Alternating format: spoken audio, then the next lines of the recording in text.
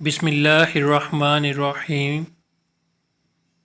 सानहा Karbala इंसानी तारीख़ का एक दिलखराश वाक़या जिसमें पैगम्बर सल्लल्लाहु अलैहि वसल्लम के पैरोकार अपने ही नबी के नवासे को बेदर्दी से शहीद करके उनका सर अक़दस नेज़े पर सजा देते हैं। 11 मुहर्रम को उमर बिन साद अपने उन साथियों को दफना देता है कि जो अहले बैत के हाथों कत्ल हुए और सैयदजादों और सहाबा के 72 जसद बेगौरो कफन छोड़ दिए जाते हैं। यजीदी लश्कर इमाम अली मुकाम और इनके 72 साथियों के सर मुबारक आपस में बांट लेते हैं और अहले बैत की शहजादियों को कैदी बनाकर ये काफ़िला उमर बिन साद और शिमर लईन की निगरानी में कूफा की जानब सफ़र शुरू कर देता है। उधर कूफा का governor Ubaidullah Ibn Ziyad असीरान Karbala और शोहदा के सरों को देखने के लिए बेताब बैठा है और पूरे कूफे को दुल्हन की तरह सजाया दिया है। असीरान करबला के काफ़िले के हालात ऐसे हैं कि शोहदा के सर नेज़ों पर हैं और रसूलुल्लाह सल्लल्लाहु अलैहि वसल्लम की शहज़ादियों को बग़ैर कजावे के ऊँटों पर सवार किया गया, जबकि इमाम अली मुकाम के लख्त जिगर शहज़ादा इमाम ज़ैनुल आबिदीन के हाथ बांधे हुए हैं और उनको पैदल सफ़र पर मजबूर किया जा रहा है। अल्लाह अकबर। हज़रत ज़ैनुल आबिदीन बीमारी से नडाल हैं और थोड़े से ही सफ़र में थक जाते हैं और जगह जगह रुक कर सांस लेते हैं, लेकिन शिमर मलून कोड़ा मारता है और चलते रहने का हुक्म सादिर करता है।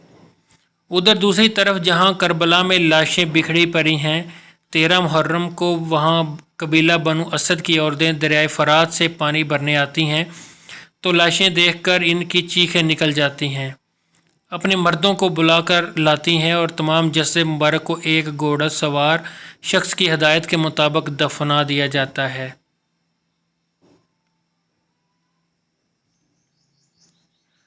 असीरान करबला का काफ़िला कूफा की जानब रवां दवां है और यजीदी सिपाहियों ने सस्ताने के लिए काफ़िले को रास्ते में रोका।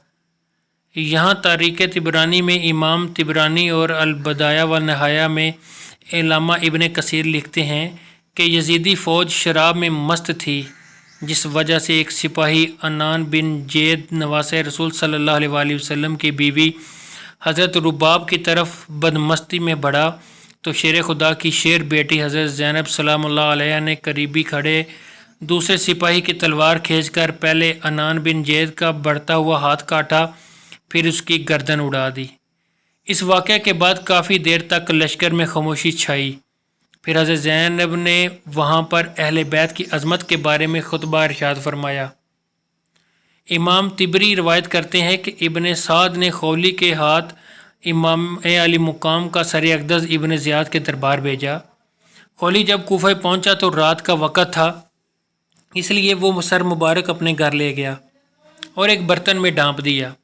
सर मुबारक को देखकर इसकी बीवी नवार सख्त नाराज़ हुई कि ये तुमने क्या जुल्म कर दिया। वो बयान करती है कि खुदा की कसम, मैंने देखा कि एक नूर बराबर आसमान से इस बर्तन तक सतून की मानद चमक रहा है और मैं सफ़ेद परिंदे देखे जो बर्तन के इर्द गिर्द मंडला रहे हैं। चुनाचे 12 मुहर्रम को असीरान करबला और नवासे रसूल सल्लल्लाहु अलैहि वसल्लम के सर मुबारक को इब्ने ज़ियाद के दरबार में पेश कर दिया गया। शेर खुदा की शेर बेटी हज़रत ज़ैनब और इब्ने ज़ियाद के दरमियान सख्त गुफ्तगू हुई। कूफा का दरिंदा सिफ्त खूनख्वार हाकिम अब्दुल्ला इब्ने ज़ियाद, जिसकी तलवार से खून टपक रहा है, जो फ़र्जंदे रसूल सल्लल्लाहु अलैहि वसल्लम इमाम हुसैन और उसके अवानो अंसार का खून बहाकर मस्त व मगरूर और कामयाबी के नशे में बिल्कुल चूर है। इसके मुकाबले में हज़रत इमाम ज़ैनुल आबिदीन ऐसा बेबाक और सख्त लबो लहजा इख्तियार करते हैं कि इब्ने ज़ियाद आपके कत्ल का हुक्म सादिर कर देता है।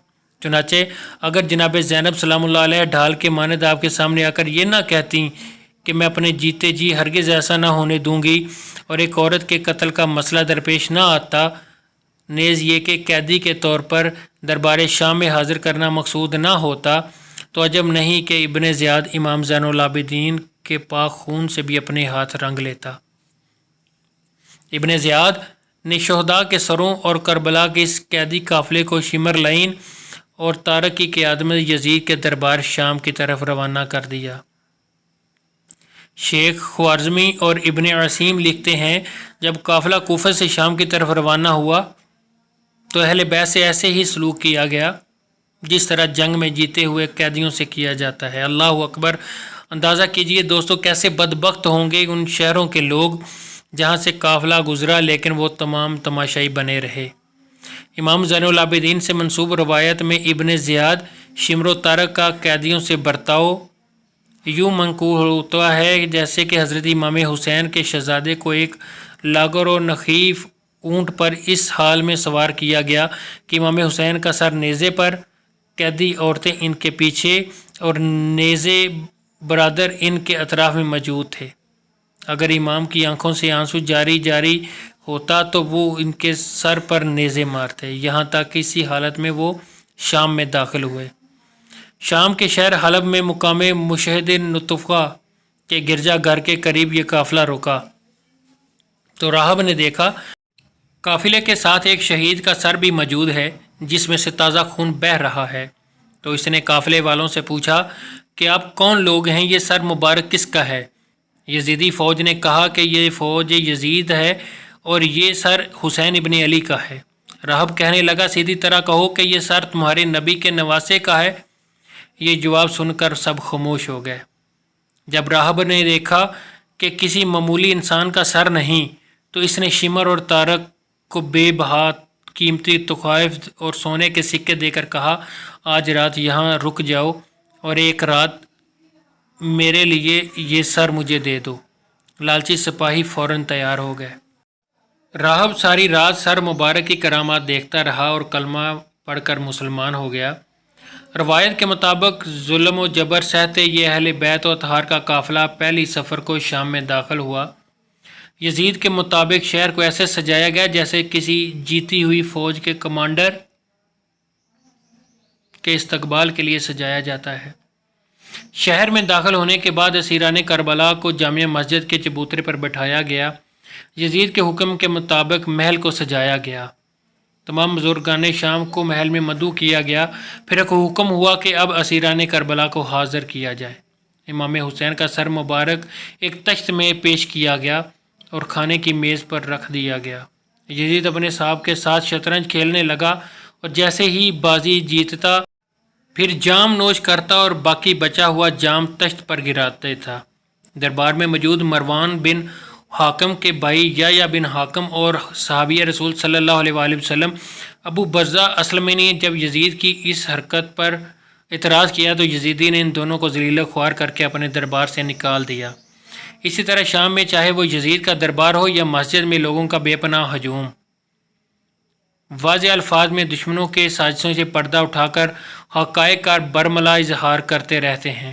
چنانچہ حضرت زین العابدین کے ان تمام خطبوں اور تقریروں میں اہل بیت کی حقانیت اور موجودہ حکومت کے جرائم و ظلم و زیادتی کا پردہ چاک کرتے ہوئے نہایت ہی تلخ اور درشتے لب و لہجہ میں غافل و نا آگاہ عوام کو جھنجھوڑنے اور بیدار کرنے کی کوشش کی گئی ہے، لیکن یہ بے ضمیر لوگ اپنے آپ کو بیچ چکے تھے۔ ان پر حضرت امام زین العابدین اور حضرت زینب کے خطبات کا کوئی خاطر خواہ فائدہ نہ ہوا۔